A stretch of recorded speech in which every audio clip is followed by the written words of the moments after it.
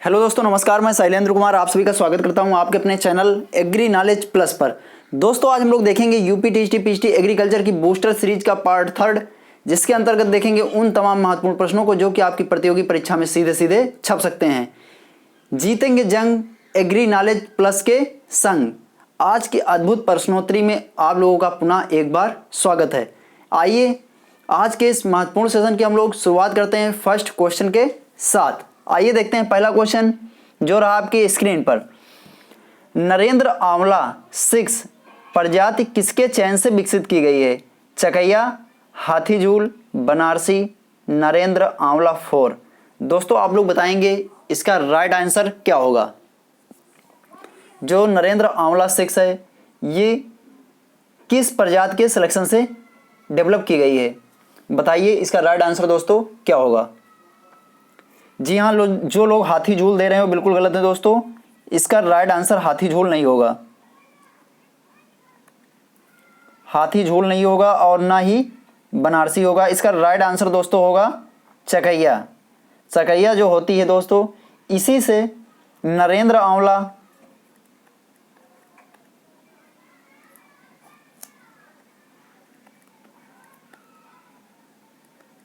नरेंद्र आंवला 6 और नरेंद्र आंवला 4, ये दोनों जो हैं किससे निकली हैं दोस्तों? नरेंद्र आंवला 6 और नरेंद्र आंवला 4 दोनों चकैया जो किस्म होती है दोस्तों आंवला की, उसी से ये विकसित की गई हैं। तो ये चीज आप लोग ध्यान रखेंगे, कई बार एग्जाम में क्वेश्चन पूछा गया है। अब हम बात कर लेते हैं इसकी अन्य किस्मों की जो कि विभिन्न प्रजातियों से डेवलप की गई हैं, जैसे कि नरेंद्र आंवला 7।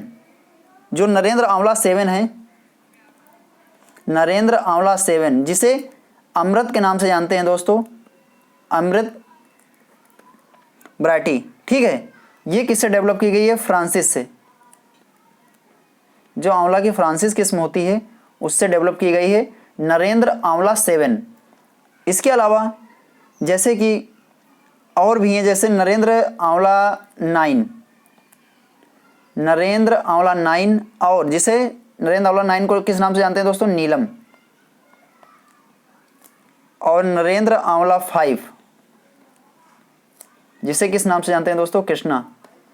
ये किससे विकसित की गई है? ये बनारसी, जो बनारसी किस्म है आंवला की, उसी से डेवलप की गई हैं।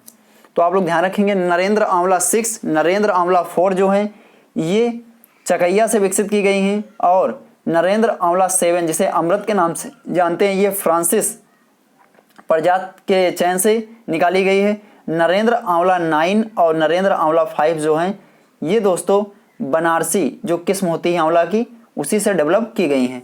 और ये कहाँ से निकाली गई हैं? नरेंद्र देव एग्रीकल्चर यूनिवर्सिटी, फैजाबाद, अयोध्या, ठीक है। आप लोग इनको ध्यान रखेंगे, काफ़ी इंपॉर्टेंट है। आइए हम बात करते हैं आंवला के वानस्पतिक नाम की और कुछ महत्वपूर्ण चीज़ों की जो कि किससे संबंधित है? आंवला से। आंवला दोस्तों, इसका बॉटिकल नेम क्या होता है आंवला का? बताइए, आंवला का बॉटिकल नेम बताइए दोस्तों। आंवला का बॉटिकल नेम होता है एम्बिलिका ऑप्सिनेल्स। एम्बिलिका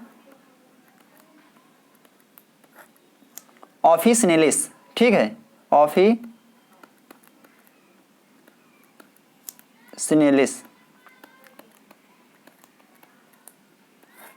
एम्बिलिका ऑप्सिनेलिस या फिर फाइलेंथस एम्बिलिका क्या होता है दोस्तों? या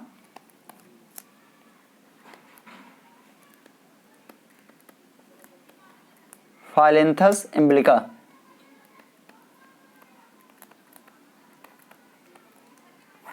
ठीक है। एम्बिलिका ऑप्सिनेलिस या फाइलेंथस एम्बिलिका जो है इसका क्या है? बॉटिकल नेम है। फैमिली की बात करें, इसकी जो फैमिली है कौन सी? U4VSC, U4VSC, U4VSC फैमिली है।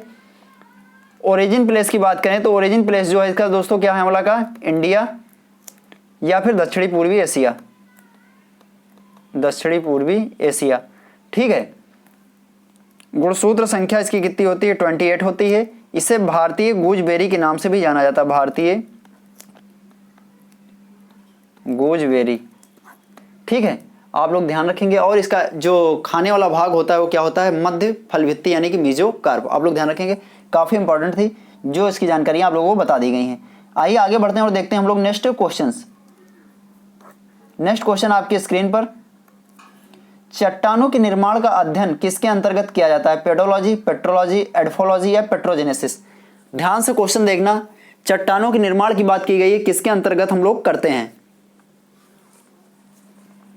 जी हाँ दोस्तों, बिल्कुल सही। इसका राइट आंसर होगा पेट्रोजेनेसिस। जो लोग पेडोलॉजी या पेट्रोलॉजी दे रहे हो बिल्कुल गलत है। इसका राइट आंसर क्या होगा? पेट्रोजेनेसिस, जो कि पेट्रोन और जेनेसिस से मिलकर बना है। पेट्रोन का मतलब होता है चट्टान और जेनेसिस का मतलब होता है निर्माण या बनना। ठीक है, तो पेट्रोजेनेसिस जो होता है चट्टानों के निर्माण का अध्ययन हम लोग पेट्रोजेनेसिस के अंतर्गत करते हैं। पेडोलॉजी के अंतर्गत क्या किया जाता है? मृदा के संपूर्ण मृदा का अध्ययन जो हम लोग करते हैं, यानी कि मृदा निर्माण, उत्पत्ति और वितरण। पेडोलॉजी के अंतर्गत हम लोग क्या करते हैं? संपूर्ण मृदा,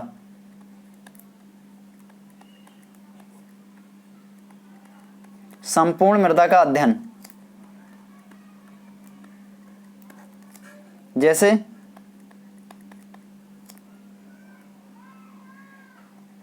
मृदा निर्माण, उत्पत्ति और वितरण इत्यादि के बारे में, ये हम किसके अंतर्गत अध्ययन करते हैं? पेडोलॉजी के अंतर्गत अध्ययन करते हैं। पेट्रोलॉजी के अंतर्गत हम लोग क्या करते हैं? चट्टानों का अध्ययन करते हैं। किसका? चट्टानों का। चट्टानों के निर्माण का अध्ययन हम लोग पेट्रोजेनेसिस के अंतर्गत करते हैं। जबकि चट्टानों के गुण, धर्म इत्यादि का अध्ययन जो होता है, ये किसके अंतर्गत हम लोग अध्ययन करते हैं? चट्टानों का अध्ययन, गुण, धर्म इत्यादि का अध्ययन जो होता है पेट्रोलॉजी के अंतर्गत किया जाता है। जबकि निर्माण का अध्ययन होता है दोस्तों पेट्रोजेनेसिस के अंतर्गत किया जाता है। एडफोलॉजी के अंतर्गत दोस्तों हम लोग क्या करते हैं? सॉइल सरफेस का अध्ययन करते हैं, यानी कि मृदा की ऊपरी सतह का, मृदा की ऊपरी सतह का अध्ययन हम लोग किसके अंतर्गत करते हैं? एडफोलॉजी के अंतर्गत करते हैं। सभी चीजें इंपॉर्टेंट है, कई बार एग्जामों में पूछी गई, आप लोग इन्हें ध्यान से सुनेंगे और नोट डाउन भी कर सकते हैं। आइए आगे बढ़ते हैं और देखते हैं हम लोग नेक्स्ट क्वेश्चंस। तारामीरा किस परिवार का पौधा है? क्रूसिफेरी, ग्रेमनी, लाइनेसी, कंपोजिटी? दोस्तों आप लोग बताएंगे इसका राइट आंसर क्या होगा? तारामीरा जो है दोस्तों ये किस फैमिली का है बताइए? क्रूसिफेरी किसके अंतर्गत है दोस्तों? ये क्रूसिफेरी, जिसे ब्रेसिकेसी के नाम से भी जाना जाता है, जो कि किसकी फैमिली है? सरसों की है, मस्टर्ड की है। ठीक है, क्रूसिफेरी या ब्रेसिकेसी ये सरसों की फैमिली है। और इसके अंतर्गत अन्य भी जैसे सरसों, ठीक है, लाही, राई,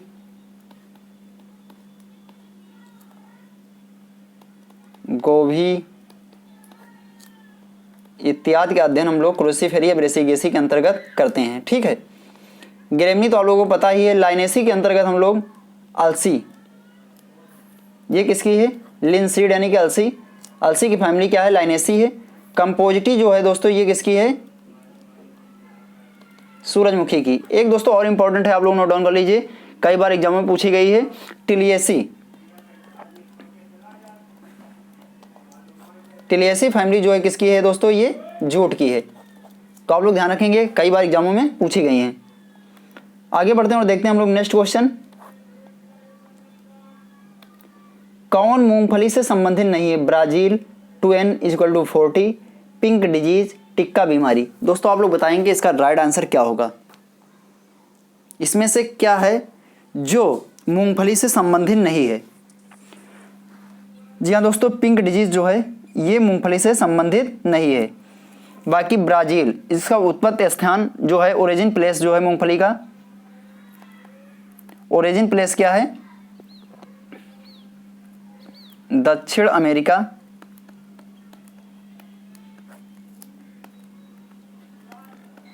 के अंतर्गत क्या है? ब्राजील। ठीक है, 2n = गुणसूत्र संख्या जो होती है दोस्तों इसकी कितनी होती है 40 होती है। और जंगली जो इसकी किस्में हैं जो कि अभी भी ब्राज़ील इत्यादि जगह पर देखने को मिलती हैं, उनमें जो गुणसूत्र संख्या होती है इसकी कितनी होती है 20। जंगली जो किस्में हैं मूंगफली के दोस्तों उसमें गुणसूत्र संख्या 20 है, 2n = 20। और ऐसे इसकी जो गुणसूत्र संख्या कितनी है 40 है। टिक्का बीमारी के बारे में दोस्तों आप लोग जानते होंगे। टिक्का बीमारी जो है ये मूंगफली की बहुत ही हानिकारक एक बीमारी है, जिससे कि काफ़ी नुकसान भी होता है मूंगफली की क्रॉप में। और इसके बारे में हम बात करें तो इसका जो पैथोजन यानी रोग कारक जो होता है वो क्या होता है सर्कोस्पोरा आर्चिडिकोला। सर्कोस्पोरा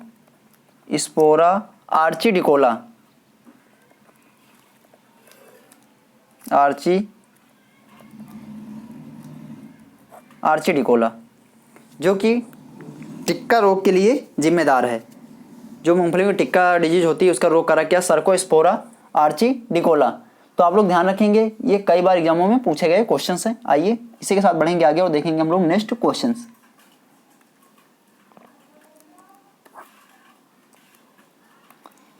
KPG 59 उदय प्रजाति है मटर की, मूंग की, चना की, मसूर की। दोस्तों आप लोग बताएंगे इसका राइट आंसर क्या होगा। KPG 59 उदय प्रजाति है मटर की, मूंग की, चना की, मूंगफली की। जो लोग मूंग दे रहे हैं दोस्तों बिल्कुल गलत है, ना मूंग होगा और ना मसूर होगा, ना ही इसका राइट आंसर क्या होगा मटर। राइट आंसर होगा दोस्तों चना यानी कि ग्राम। ये किसकी किस्म है चना की एक पछेती किस्म है। KPG 59 ये क्या है चने की पछेती किस्म।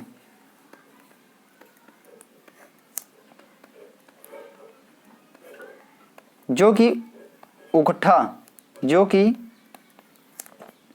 जो विल्ट डिजीज होती है, विल्ट डिजीज के प्रति ये क्या है सहिष्णु है।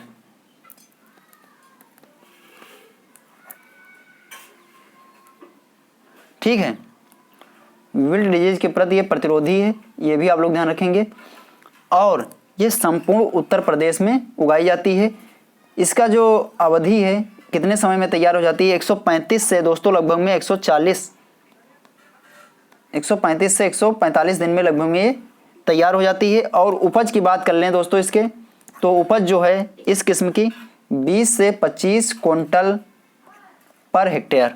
ठीक है, ये इससे जुड़ी हुई कुछ महत्वपूर्ण चीज़ें थी जो आप लोगों को बता दी गई हैं। ये एक पछेती किस्म है, ठीक है, जो कि विल्ट डिजीज के प्रति रेजिस्टेंट है और 135 से 45 दिन में ये तैयार हो जाती है। उपज की बात करें तो 20 से 25 क्विंटल पर हेक्टेयर है। कई बार एग्जामों में ये भी क्वेश्चन पूछा गया है। नेक्स्ट देखते हैं हम लोग। नेक्स्ट क्वेश्चन, भारत में निम्न में से किस कीट रोगनाशी को रोका गया है। रोगोर, डीडीटी, मेटासिस्टॉक या डेमेक्रॉन। आप लोग बताएंगे इसमें से कौन सा रसायन है जिसे प्रतिबंधित कर दिया गया है। बताइए दोस्तों इसमें से कौन सा रसायन है जिसे भारत में प्रतिबंधित कर दिया गया है। जी हाँ, डीडीटी। इसका राइट आंसर क्या होगा दोस्तों डीडीटी। डीडीटी का पूरा नाम क्या होता है डाइक्लोरो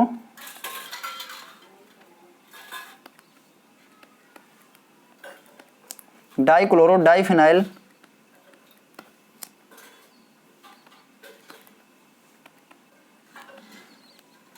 डाइफिनाइल ट्राइक्लोरो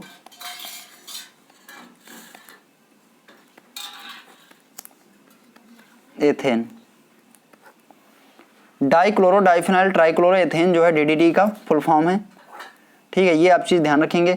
और इसके बारे में सबसे पहले जिन्होंने बताया था वो साइंटिस्ट कहाँ के थे दोस्तों, एक जर्मन साइंटिस्ट थे जेडलर। जर्मन साइंटिस्ट थे जेडलर, जिन्होंने इसके बारे में सबसे पहले 1874 में बताया था। कब बताया था दोस्तों, यानी कि डीडीटी की जो खोज थी वो 1874 में हो चुकी थी और इसके बारे में सबसे पहले जिडलर जो कि जर्मनी के एक साइंटिस्ट थे, इन्होंने ही बताया था। और इसके कीटनाशक गुण की बात करें, कीटनाशक गुण के बारे में, कीटनाशक गुण के बारे में 1939 में, कीटनाशक गुण के बारे में दोस्तों 1939 में पाल मूलर नामक साइंटिस्ट ने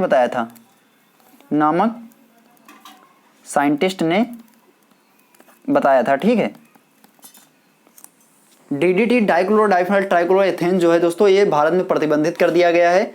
इसके बारे में सबसे पहले जर्मन साइंटिस्ट थे जिडलर, जिन्होंने 1874 में इसके बारे में बताया था। लेकिन इसके कीटनाशक गुण के बारे में कब पता चला दोस्तों? आके 1939 में, जो कि पाल मूलर के द्वारा बताया गया। और 1972 में दोस्तों इसे प्रतिबंधित कर दिया गया था। लेकिन पूर्ण रूपेण ये कब प्रतिबंधित किया गया, यानी पूर्णतः कब बंद कर दिया गया? 1989 में। ये भी आप लोग ध्यान रखेंगे, कई बार एग्जामों में पूछा गया है। नेक्स्ट,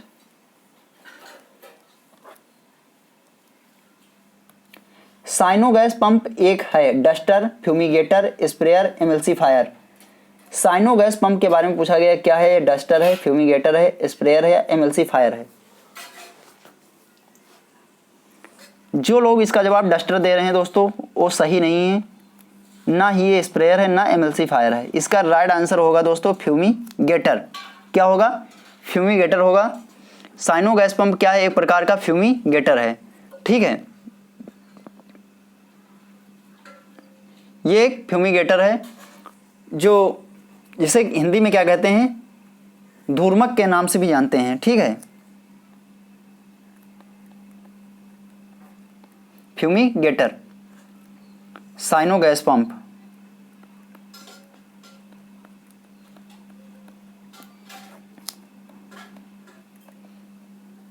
डस्टर जो होते हैं ये कितने प्रकार के आते हैं? डस्टर जो हैं दोस्तों, ये प्लंजर डस्टर एक आता है, इसके अतिरिक्त बिलो डस्टर एक आता है दोस्तों, हैंड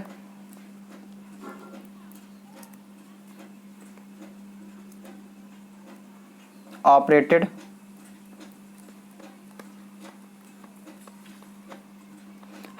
डस्टर आता है, और एक दोस्तों पावर डस्टर आता है। ये तो हो गए डस्टर के प्रकार, ठीक है। और ये कि साइनो गैस पंप क्या है? एक क्या है? फ्यूमिगेटर है, ठीक है। अब हम बात कर लेते हैं स्प्रेयर्स की। जो स्प्रेयर्स होते हैं ये भी कई प्रकार के आते हैं, जैसे foot sprayer, knapsack sprayer, power sprayer, hand compression, ठीक है। और एक आता है हैंड म्यूटोमाइजर। ये सभी होते हैं स्प्रेयर्स, आप लोग इनको ध्यान रखेंगे, ठीक है। आइए इसी के साथ बढ़ेंगे आगे और देखेंगे हम लोग नेक्स्ट क्वेश्चंस।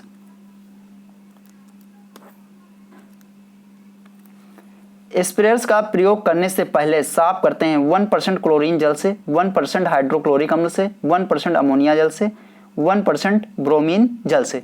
दोस्तों आप लोग बताएंगे जो स्प्रेयर्स होते हैं उन्हें एक बार प्रयोग करने के बाद उन्हें किस चीज़ से सफ़ा किया जाता है, यानी कि साफ किया जाता है। आप लोग बताएंगे इसके लिए क्या प्रयोग करते हैं?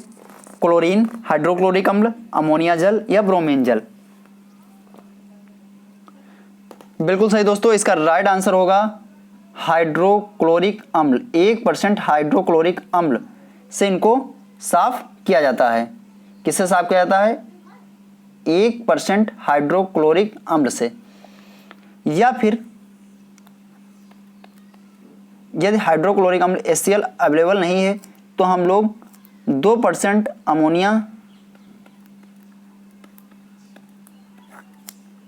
अमोनिया जल से भी साफ कर सकते हैं। लेकिन HCl जो होता है वो 1% जरूर लगती है, जबकि अमोनिया जल जो है उसकी आवश्यकता कितनी लगती है? 2%, ठीक है। नेक्स्ट क्वेश्चन हम लोग देखते हैं।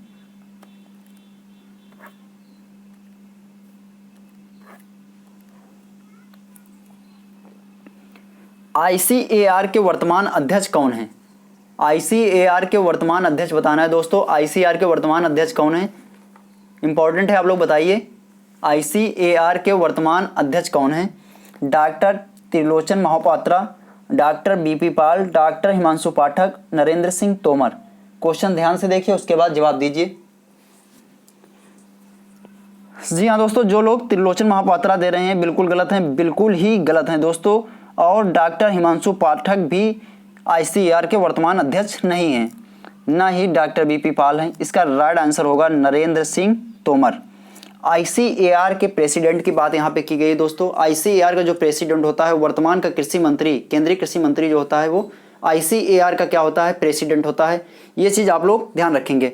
और अब हम बात कर लेते हैं ICAR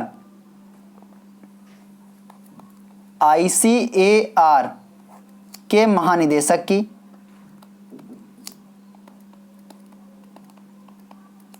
ICAR के महानिदेशक कौन है? डॉक्टर हिमांशु पाठक, जो कि किसकी जगह पे आए हैं? डॉक्टर त्रिलोचन महापात्रा की जगह पे आए हैं।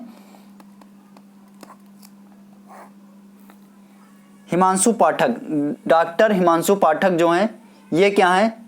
वर्तमान में दोस्तों ICAR के महानिदेशक हैं। आप लोग ध्यान के, ICAR के वर्तमान महानिदेशक कौन है? डॉक्टर हिमांशु पाठक, जिसे DG भी कहा जाता है। ठीक है, ICAR के DG जो हैं कौन है? डॉक्टर हिमांशु पाठक, जो कि डॉक्टर त्रिलोचन महापात्रा के स्थान पर आए हैं। ठीक है, अब हम बात कर लेते हैं ICAR का जो महानिदेशक होता है दोस्तों, ये DARE department of agriculture research and education का जो सचिव होता है, यानी कि डेयर का जो सचिव होता है, department of agriculture research and education, जो कि कृषि मंत्रालय के अंतर्गत कार्य करता है, ये सबसे बड़ा, ठीक है, यानी कि एक प्रकार से मान लीजिए ये क्या होता है? एक हेड होता है ICAR, IARI इत्यादि केंद्रीय संस्थानों का। जो डेयर होता है ये सभी केंद्रीय कृषि संस्थान है उनका क्या होता है? एक प्रकार से मान लीजिए मुख्य संस्थान है department of agriculture research and education. ठीक है, इसका जो सचिव होता है वही DG होता है ICAR का। ये चीज़ आप लोग ध्यान रखेंगे। और वर्तमान में जो DG हैं ICAR के कौन है? डॉक्टर हिमांशु पाठक हैं। और नरेंद्र सिंह तोमर की बात कर लें, ये कौन है? प्रेसिडेंट है। ठीक है, ICAR के प्रेसिडेंट कौन है? ये हैं डॉक्टर नरेंद्र सिंह तोमर। और हम बात कर लेते हैं यहाँ पे कुछ चीज़ों की। प्रथम जो इसके ICAR के प्रथम भारतीय जो DG थे इसके कौन थे? वो थे doctor BP Pal. Doctor BP पाल 1965 में प्रथम जो DG बनाए गए थे वो कौन बनाए गए थे? डॉक्टर BP पाल, जिन्हें फादर ऑफ रोज, इंडिया में फादर ऑफ रोज के नाम से भी जाना जाता है। आइए इसी के साथ बढ़ेंगे आगे और देखेंगे हम लोग नेक्स्ट क्वेश्चन।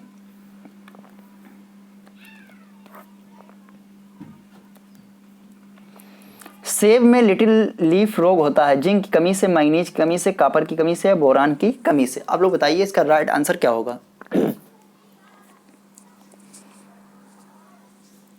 जो सेब में लिटिल लीफ रोग होता है वो जिंक की कमी से होता है, मैग्नीज की कमी से होता है, कॉपर की कमी से होता है या बोरान की कमी से।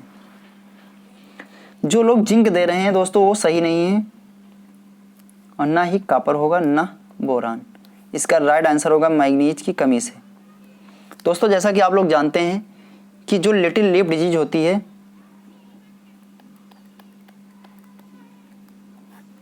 लिटिल लीफ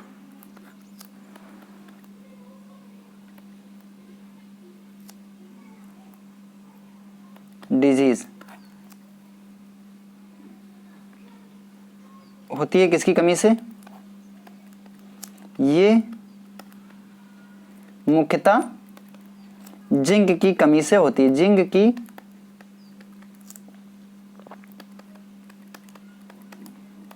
लेकिन सेब में जो लिटिल लीफ होता है दोस्तों, सेब में लिटिल लीफ जो होता है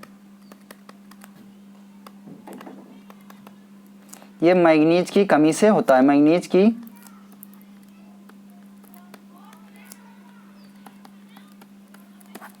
ठीक है।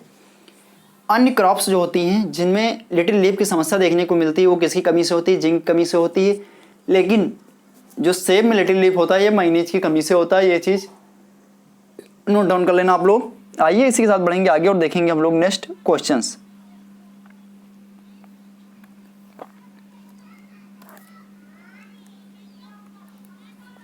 निम्न में न्यून विश्लेषण उर्वरक कौन सा है? एसएसपी, डीएपी, यूरिया या सभी? दोस्तों आप लोग बताएंगे इसका राइट आंसर क्या होगा। न्यून विश्लेषण उर्वरक बताना है। न्यून विश्लेषण उर्वरक क्या होते हैं? सबसे पहले आप लोग ये जान लीजिए, न्यून विश्लेषण उर्वरक वे होते हैं जिसमें प्राथमिक पोषक तत्व नाइट्रोजन, फास्फोरस, पोटास की जो वैल्यू होती है, यानी कि टोटल का योग जो होता है वो कितना होना चाहिए? 25% से कम। ये 25% से कम है तो ये न्यून विश्लेषण उर्वरक कहलाते हैं।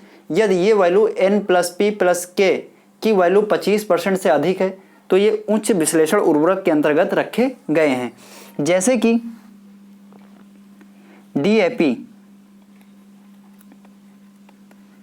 DAP है जो दोस्तों, इसमें नाइट्रोजन, फास्फोरस और पोटास की बात की जाए तो नाइट्रोजन इसमें कितना होता है?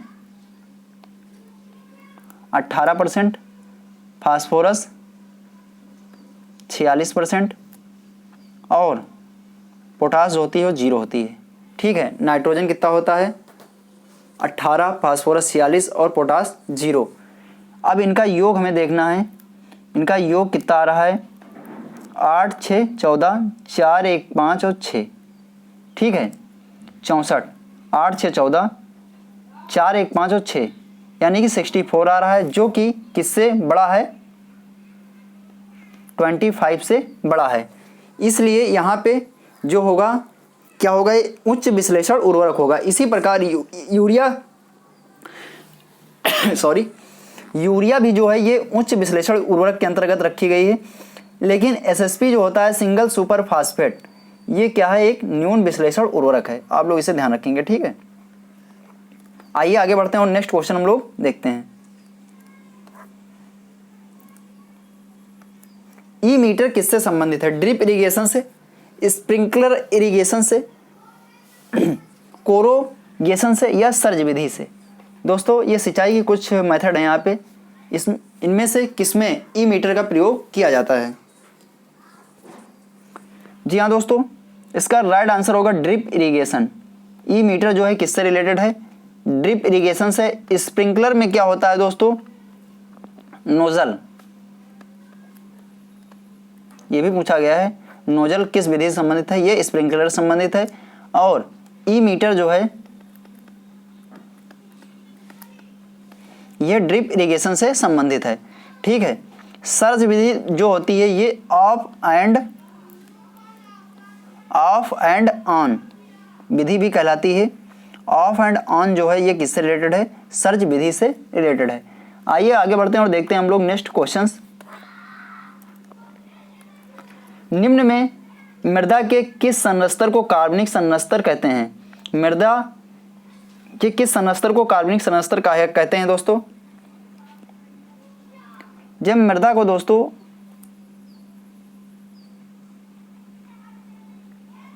ऊर्ध्वाधर काटा जाता है तो इसमें कुछ लेयर्स बनती हैं, जैसे ओ, ए, ई, बी और एक होती है सी। और इसके नीचे फिर जो होती हैं दोस्तों, यहाँ पे क्या शुरू हो जाती है? चट्टानें शुरू हो जाती हैं, चट्टानें। इसी को हम लोग आर संरस्तर भी कहते हैं। ठीक है, अब हम बात करते हैं जो ऊपरी संरस्तर होता है सबसे, जिसे ओ कहते हैं, इसी को कार्बनिक संरस्तर कहा जाता है। और ये मुख्यतः उन क्षेत्रों में पाया जाता है, जंगली क्षेत्रों में, जहाँ पर जुताई इत्यादि की क्रियाएं नहीं होती हैं। ठीक है, जहाँ पर जुताई इत्यादि की क्रियाएं नहीं होती हैं वहाँ पे कौन सा संरस्तर पाया जाता है? वहाँ पर ओ संरस्तर पाया जाता है। ठीक है, ए की बात कर लें, ए संरस्तर क्या होता है? टॉप सॉइल संरस्तर के नाम से जाना जाता है। टॉप सॉइल संरस्तर, यानी मृदा का सबसे ऊपरी संरस्तर कौन सा है? ए संरस्तर। ठीक है, अब हम बात कर लेते हैं ए प्लस बी की। ए प्लस बी को सोलम के नाम से जाना जाता है।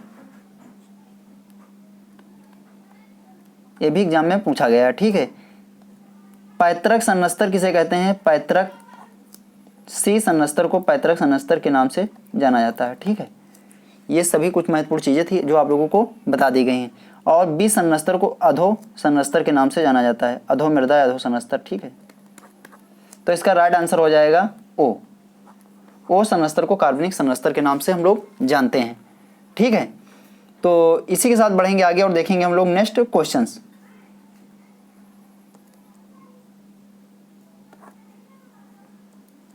नेक्स्ट क्वेश्चन, निम्न में बोरान की कमी से होता है top sickness, hand and chicken disease, गाजर का फड़ना या सभी? दोस्तों आप लोग बताएंगे इसका राइट आंसर क्या होगा। जी हाँ, बिल्कुल सही दोस्तों, इसका राइट आंसर होगा सभी। क्या होगा? सभी। Top sickness, hand and chicken disease, गाजर का फटना और इसके अतिरिक्त अन्य फलों का जैसे अनार इत्यादि का फटना जो होता है वो मुख्यतः बोरान की कमी से होता है। कलीफ्लावर में ब्राउनिंग है। ठीक है, मैंगो में जो इंटरनल ऊतक क्षय जो होता है, आंतरिक ऊतक क्षय, वो भी किससे रिलेटेड है? बोरान की कमी से। तो ये सभी किससे रिलेटेड हैं दोस्तों? बोरान की कमी से होने वाली ये क्या है? फिजियोलॉजिकल डिसऑर्डर हैं। आइए इसी के साथ बढ़ेंगे आगे और देखेंगे हम लोग नेक्स्ट क्वेश्चंस।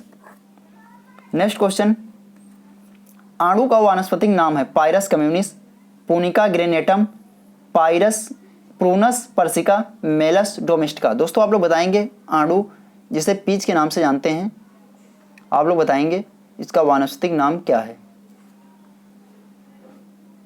वानस्पतिक नाम बताना है पीच का। पीच का वानस्पतिक नाम दोस्तों बताइए क्या होगा?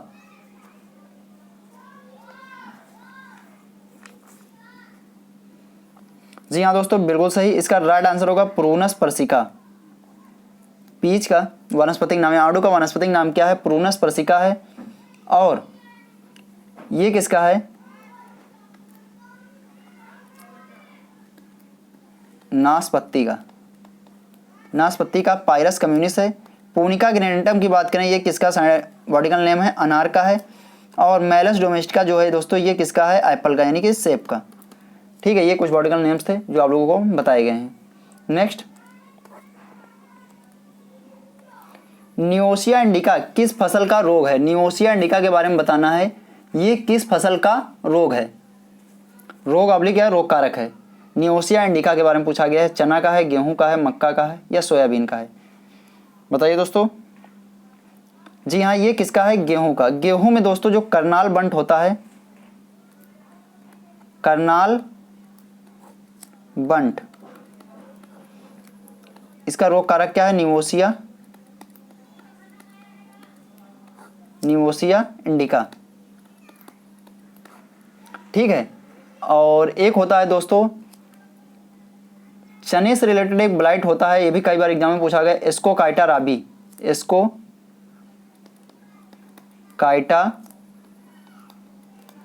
राबी, चना का ब्लाइट।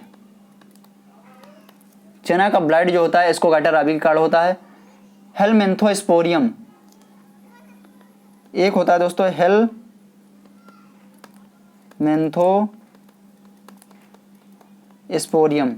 हेलमेंथोस्पोरियम जो होता है ये ब्लाइट होता है मक्का का। मक्का में एक ब्लाइट लगता है दोस्तों, उसे हेलमेंथोस्पोरियम उसका रोग कारक है। ठीक है, और सोयाबीन का आप लोग जानते होंगे सर्कोस्पोरा कीकोची, सर्कोस्पोरा कीकोची जो लीफ स्पॉट होता है सोयाबीन में, उसका रोग कारक क्या है? सर्कोस्पोरा कीकोची। ठीक है, तो करनाल बंट, नियोसिया इंडिका, एस्कोकाइटा राबी जो होता है ये चने का ब्लाइट होता है, और मक्का का जो ब्लाइट होता है हेलमेंथोस्पोरियम इसका कारक है, और सोयाबीन में जो लीफ स्पॉट डिजीज लगती है उसका रोग कारक क्या है? सर्कोस्पोरा कीकोची। ठीक है, इसी के साथ बढ़ेंगे आगे और देखेंगे हम लोग नेक्स्ट क्वेश्चंस। नेक्स्ट क्वेश्चन, भूपपड़ी में सर्वाधिक मात्रा में पाया जाने वाला तत्व कौन सा है? भूपपड़ी में सर्वाधिक मात्रा में पाया जाने वाला तत्व आप लोगों को बताना है कौन सा है। भूपपड़ी में पाया जाने वाला सर्वाधिक मात्रा में तत्व कौन सा है? आप लोग बताएंगे दोस्तों। सर्वाधिक मात्रा में पाए जाने वाले तत्व की बात की गई है, तो इसका राइट आंसर हो जाएगा ऑक्सीजन। ऑक्सीजन जो होता है दोस्तों ये भूपपड़ी में कितना पाया जाता है? O2 जो होता है ये कितना होता है? ठीक है। सिलिका जो होती है, सिलिका, ये दोस्तों कितनी होती है, और ये दोनों क्या है, मृदा में भूपपड़ी में पाए जाने वाली क्या है, अधातु, आधात्विक तत्व हैं, आधात्विक तत्व। ठीक है। धात्विक तत्व की बात करें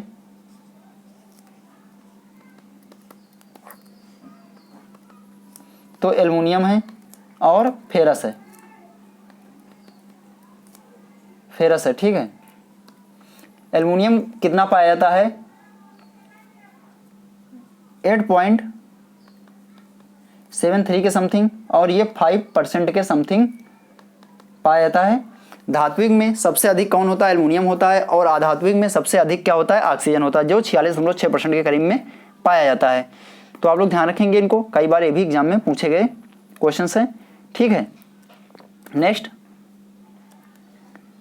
लीची के प्रवर्धन की व्यावसायिक विधि कौन सी, स्टूलिंग, एयर लेयरिंग, फॉरकट, कलिकायन या वेज ग्राफ्टिंग। दोस्तों आप लोग बताएंगे इसका राइट आंसर क्या होगा। जी हाँ दोस्तों, बिल्कुल सही। इसका राइट आंसर हो जाएगा एयर लेयरिंग। इसी को गोटी